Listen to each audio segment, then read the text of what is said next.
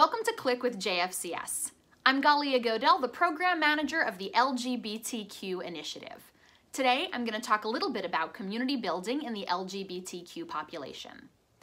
For LGBTQ folks, people who are lesbian, gay, bisexual, transgender, queer, or questioning, it can be so important to have an affirming community space where they can make friends and find family and people who can be close to them. This is important for a number of reasons. LGBTQ folks are often discriminated against or have isolating experiences in their communities of origin. They might have family members who don't accept them for who they are. They might have been bullied in school or in college or found non-affirming religious spaces. They might even be harassed or have bad experiences in the workplace. All of this means that LGBTQ folks will have a really hard time finding people that they can be close to, having communities that they can build, and that really lowers resilience and mental health, which we know is so important in all populations. One of the reasons it's so important to find affirming LGBTQ affirming communities is that to have a place where you spend your time, where you make friends, where you build relationships, you need to also have your gender respected and affirmed. You need to have your relationships understood and welcomed. To walk into a community space and have someone call you by the wrong pronouns or tell you that your relationship isn't acceptable is a really isolating and divisive experience to have.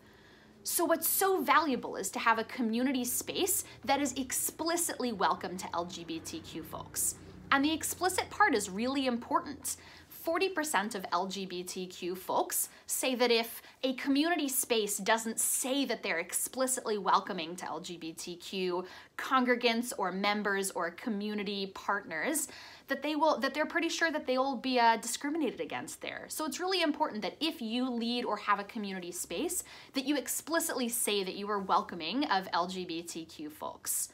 Now, finding a space like that can be hard sometimes. There aren't necessarily lists of all of the affirming religious spaces in every city or all the community centers that welcome someone no matter what their gender or sexual orientation are. So there are a couple ways that you can find or build those spaces. Most major cities, especially in the United States, have a Facebook group that's usually called Queer Philadelphia or Queer Exchange Boston or whatever city you are in or near. And there you'll find a lot of folks who have similar life experiences to you who are trying to community build as well.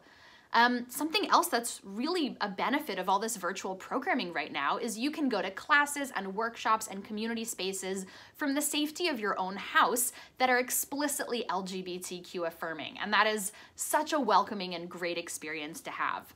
And you can also reach out to someone like me. I work for JFCS. It's my job to run LGBTQ programming and to help build community. And you can always reach out to me and say, hey, Galia, I live in this city. What support can you give me to find a community of my own? Or what programming would be a good fit for me? Whatever community it is that you're trying to find or build, I wish you the best of luck. And I'm so glad that you are choosing to make it an affirming space. Thanks so much and have a great day.